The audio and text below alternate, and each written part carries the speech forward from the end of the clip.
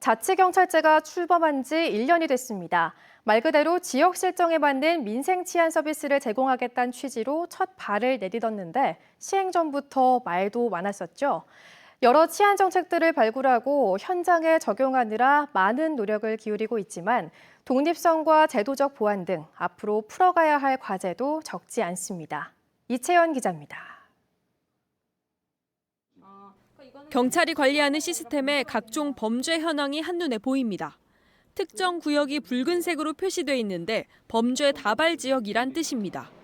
범죄 예방이 필요한 곳을 예측한 경찰이 곧바로 현장에 나가 CCTV 설치가 안 된 범죄 사각지대를 살핍니다.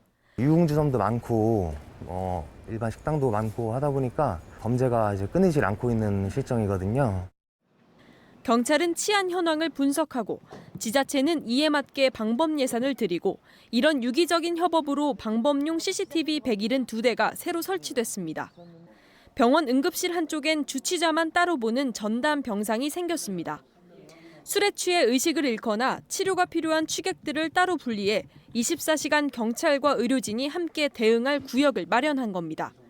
단순 주치자로 해서 보호를 하다가 이제 위험한 상황도 이제 많이 있었기 때문에 그거를 방지하기 위해서 이제 만들어진 거고, 또 여기 와서 뇌출혈이 이제 발견돼서 다른 병원으로 이제 이송을 간 적도 있고. 모두 지난해 출범한 충북자치경찰위원회가 추진해온 사업들로 조금씩 변화를 이끌고 있습니다. 하지만 아직 가야 할 길은 멉니다. 자치경찰이 뭐냐고 되묻는 반응도 있을 만큼 자치경찰 제도는 여전히 생소합니다.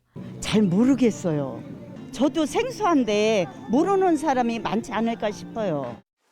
실제 정책을 만드는 과정에서 주민이 치안 문제 발굴과 해결의 주체로 참여하는 지역별 협의체도 올 들어서야 운영에 들어갔습니다.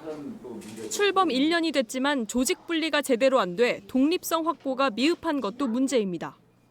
현행 자치경찰 제도는 국가직 신분을 가진 경찰이 자치경찰 사무를 담당하는 일원화 모델. 충북경찰 3,800여 명 가운데 자치경찰 사무를 수행하는 경찰은 지구대, 파출소 인력까지 약 2천여 명입니다.